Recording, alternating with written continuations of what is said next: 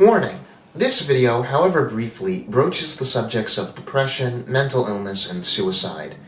I'm not a mental health professional and can only speak to these subjects insofar as they inform my take on this episode of television. I apologize in advance if I say anything insensitive throughout the video. Thank you. What happens when the Doctor and Amy Pond find an alien monster infiltrating a painting by Vincent van Gogh and travel back in time to meet the man and stop said violent beastie? Well, you get one of my favorite pieces of television of all time. One of my favorite pieces of media ever, I think. When I got invited to take part in another big fan initiative, one blank blank type thing, this time about episodes of my favorite show, part of me really wanted to make this a Chibnall era story, but I already made a video about Demons of the Punjab and why that's a masterpiece, and for whatever reason I just wasn't really feeling any of the other contenders from that era. I'd resisted doing this specific episode despite it being my second favorite of the entire series, largely because I thought it would be too obvious, but apparently nobody else had the thought to do it, so why not, I guess. For those interested, the last Doctor Who video I did was about another story I think is absolutely top tier, that being Thin Ice, so go check that out if you haven't already. Wasting no more time, what makes Vincent and the Doctor a great among greats can't really be summed up in a quick blurb. It's honestly a little crazy to me how comparatively rare it is to see Doctor Who episodes that are so focused on a historical figure as opposed to an event, at least before the Chibnall era attempted to revive the show's semi-educational bent. Even in the best of the Chibnall era historicals, though, when an actual figure of note pops up, it can often feel like the episodes approach them as a subject first and a character or person second.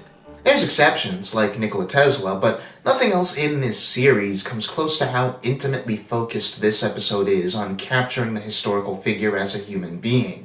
Vincent van Gogh is far from an object of study. He's not someone who can be encompassed in a paragraph of dialogue or a few choice visuals, even if this episode does make a very overt visual reference to his work. What he is a man, one who's as much of an emotional filter through which the story passes as the Doctor and his companion, if not more so. The very first shot of the episode is from Vincent's point of view, immediately placing the audience in his shoes and inviting us to sort of spiritually synchronize with him before the stakes are even set. Transitioning from this moment to a museum lecture about the man being given in 2010, you'd be forgiven for thinking that this might not even be a Doctor Who episode until the Doctor and Amy silently and casually enter the picture like any old pair of tourists. There's something I really love about that. It contributes to a vibe this whole opening sequence provides. Typically, modern episodes of Doctor Who love to cold open on moments of dread or action or intrigue, and while there's certainly a tension to the scene once the Doctor discovers the monster in the painting, that tension works because it feels like it's creeping into an established mood of plain human goings-on.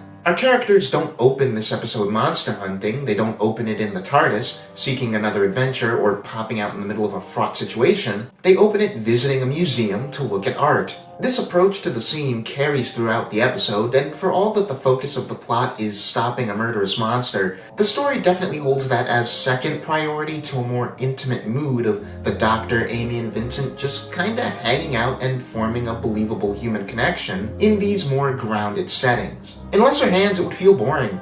But not only does the episode have a great flowing pace and some of the show's best set design to help the viewer feel glad to be in these intimate spaces, but it's also being carried by great performers at the top of their game. It occurs to me that it's been years since I've had the opportunity to talk about Matt Smith as the 11th Doctor. And while his status as my personal favorite has been long usurped by his successor, Peter Capaldi, going back to Series 5, I'm always reminded just how utterly perfect the characterization of 11 is in his inaugural year. Smith and the writers have a very clear idea of who this character is from the jump, and I think his first season is his best since the more wacky traits haven't yet had time to slowly metastasize and exaggerate and overtake the performance. Smith's delivery and physicality as the Doctor is pitch perfect in every scene. It's the thing that initially got me into the show over a decade back, and this episode is a great showcase for it. I'll be back before you can say, where's he got to now?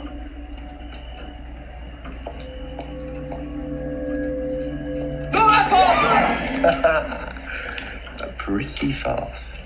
The way he'll do things like literally drag or push Amy around bodily out of urgency, or actively tries to hear colors at Vincent's insistence, or this little silent prompt for Vincent to keep his eyes on Amy. The whole performance just brims with energy. But you're not armed. What with? Overconfidence, this, and a small screwdriver, I'm absolutely sorted. That energy is so great in Series 5 because it makes all the stories so propulsive. The 11th Doctor isn't just a manic personality, he's proactive. He's always seeking to do something, seeking to push the narrative and the other characters around him towards a conclusion. He's goofy and weird and somewhat off-putting, but just underneath all that is a very wizened, mature, focused man who's keenly aware of the delicacy of this situation. The way that he's so caring with Vincent always stuck with me, and this line in particular is one that I've carried with me my whole life since. My experience is that there is, surprisingly always hope. But your experience is incomplete. That propulsive energy that 11 provides is a great boon to this story specifically, since it provides two key things. For a start, it's the main thing counterbalancing that intimate slice-of-life tone I talked about earlier. The episode feels deliberate and cozy, but never sluggish, all because of the 11th Doctor's internal drive to settle the conflict. At the same time, it's that very drive that provides the basis for a subtle but effective character arc for the Doctor himself. This scene, where the Doctor attempts to comfort Vincent after he spirals at the thought of the Doctor and Amy leaving his life as quickly as they entered, is at the center of that arc. The Doctor is intellectually aware of Vincent's depression at the start of the story, but he's so caught up in the Krafayis situation that he doesn't really bother to tread carefully around the man until he accidentally sends Vincent into a full-on breakdown. He didn't really do anything wrong, but he spends the opening half of the episode fairly insensitive as he barrels through to fix the alien problem. It's after this scene that the Doctor really internalizes Vincent's pain, but then debatably overcorrects.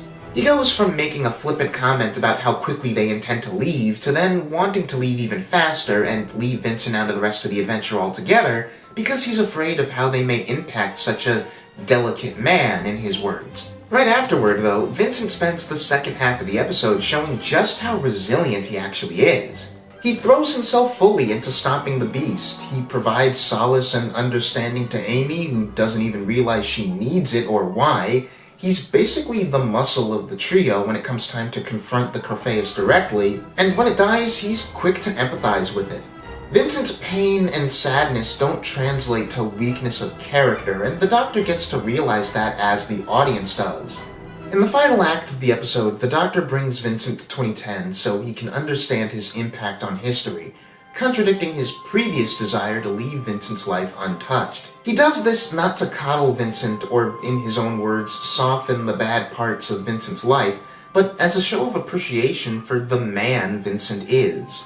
In his changing approach to Vincent, we see the Doctor go from very task-oriented to very emotionally attuned and affirming, and all the shades in between. Not to suggest that we don't get to see this range of emotions from the character generally, but this story structures itself into a clear and cathartic progression that I like a lot. Amy and the Doctor's consistent, sincere appreciation of Vincent's work is just really heartwarming. In a pretty short amount of time, you buy that Vincent grows a deep, deep attachment to both of them.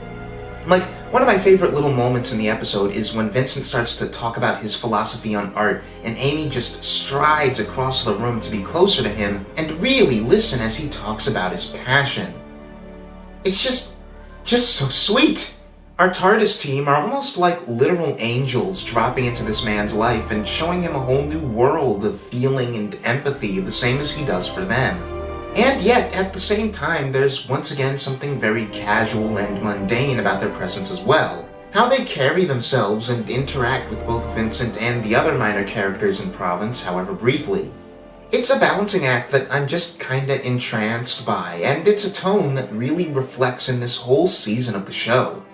Preceding and following seasons tended to lean a lot more into melodrama and grandeur, and that stuff's all great, but I love this unique sense of normalcy that underscores the character and scene writing in Series 5.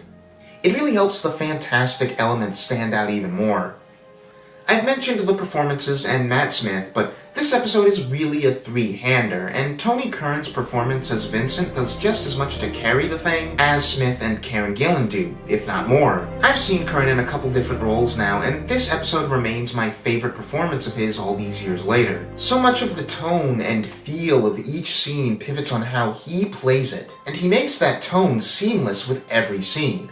He conveys all the joy and energy, sadness and mania that makes Vincent and the Doctor He said it! naturally kindred spirits. Vincent's depressive episode at the prospect of his new friends leaving him hits real hard, and it feels like the type of thing that a lesser actor could make feel overwrought and awkward. Speaking of Karen Gillan though, as the companion in a story that's not really about her own background or personal narrative, it's very easy to dismiss Amy's role here next to the Doctor and Vincent, but Gillan's doing some powerhouse performing. Amy is, in her own way, depressed.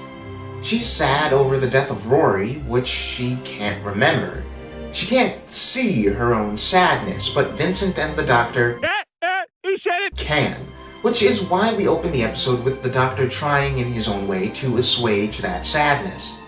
You're being so nice to me. Why are you being so nice to me? I'm always nice to you. Not like this. I think it's suspicious. What really seals the episode emotionally and pushes it into an all-time great story, not just for the show, but for all of television, is Karen in the very final seconds of the piece. All the grief and pain, not just for Vincent, but for her own unknown sadness, coming out as she approaches that dedicated painting, giving way to a kind of peace and acceptance as she finally allows herself to feel that sadness, with the Doctor there to comfort her. It's my favorite final shot in any episode of this show. The Doctor's speech about a life being a pile of good things and bad things doesn't just apply to Van Gogh, but ends up being something that Amy needs to hear just as much for herself. It makes the episode an understated but pivotal point in Amy's growth as a character across the show. Because the thing about Amy is that she's always been kind of a fundamentally sad person, but is only made to really feel and process and sit in grief for the very first time right here. On a lighter note, something that I think gets lost in the discussion of the Eleven and Amy era is how effective they are as a comedic duo. Gillan's proven her comedic chops time and time again in her post-Doctor Who work, but she and Smith are just so inherently entertaining when they work off each other. Gillan's great at the little bits of emotional facial acting throughout the episode, but I especially like the comedy reaction beats. The episode really has a lot of good gags. Anything? Nothing. In fact, he seemed to rather enjoy it. Structurally, it's to this story's benefit that the alien threat doesn't come with any kind of plan or scheme. A simple monster hunt for a very animalistic alien threat is what allows for this episode to be so completely character-focused, and to have its final 15 minutes basically just be a very focused, emotional epilogue in a way that single-episode stories almost never get to have. In any other episode, the Doctor and Amy's initial goodbye to Vincent would be the final farewell. The alien threat's neutralized, it makes total sense for our TARDIS team to just bounce, but instead, the episode takes a long stretch to sit in emotion, and this act of pure kindness from the Doctor, and it's just... It's great! It's a good feeling. It's really better than I felt in a long time. When episodes of this show focus on a historical artist, I feel like there's sometimes long stretches where their nature as such, or the art itself, falls away to the alien plot. But in being done so intimately, Vincent and the Doctor really allows the episode to be about the impact and feel of Van Gogh's artwork. I really wish the show would take this sort of spiritual approach more when focusing on creative figures, letting their style and artistry shape the unique feel of the story. Something I really like, and an interpretation that only occurred to me on the most recent viewing of the episode, is how it's a distinct possibility that the Doctor's attempt to appeal to the Krafayis may have genuinely worked. The Doctor empathizes with the creature, tries to calm it down and make it an offer, and next thing it enters the room and is killed before we can get a real sense of what it wants in the moment. For all we know, it came into that room wanting to talk further, and it adds that extra layer of tragedy, thinking that if things had worked out just slightly differently, the Doctor may have been able to peacefully resolve things, and offer this creature something close to a happy life. On top of that, there's something very compelling and symbolic about Vincent using his painting easel as a weapon. Like, combine that with Vincent drawing a clear parallel between the creature and his own contemporaries who despise him, and there's a functional metaphor there, right? You know, about how the creature's literal blindness reflects how blind those in Vincent's own time are to his talent, and his value and worth as a man, and how their perspective is ultimately vanquished by the tools of his art. I don't know, I think it makes sense. And Tay, you know what's something that I never ever talk about in these videos, which sticks out to me in this episode? Blocking. The way the actors and sets are positioned and move around, and just the innocuous little scene business that everyone has. Little things like Amy saying a line from off screen and then poking her head into the room really sticks out to me in this episode for some reason, don't know why. I also love the way that the props are moved around to really sell the invisible presence of the Krafayis. It's comparatively small, but stuff like that shirt falling down or the archway getting chipped makes the threat of the creature feel very tangible, as do the moments of us getting shots from the creature's point of view. I especially like getting its perspective and hearing its footsteps as it follows the Doctor to the TARDIS. There's a version of this episode in an alternate reality which doesn't make such small but effective choices throughout and is all the lesser for it. Vincent and the Doctor is, frankly, an unassailable masterpiece of television. I rewatched this episode specifically for the purposes of this video like 3 separate times, and not only was it just as impactful and compelling each time, but each viewing brought new little things to appreciate. And I didn't even talk about how Murray Gold is on the top of his game music-wise.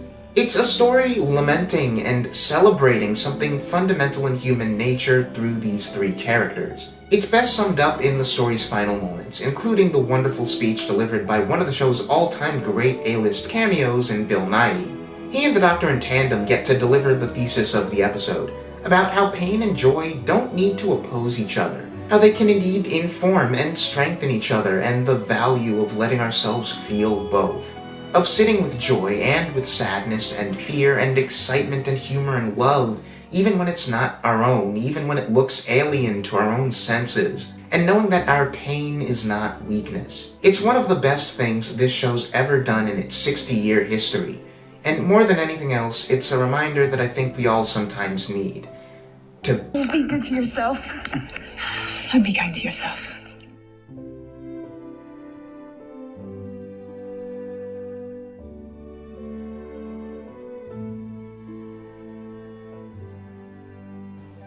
Feels good to be talking about this show again.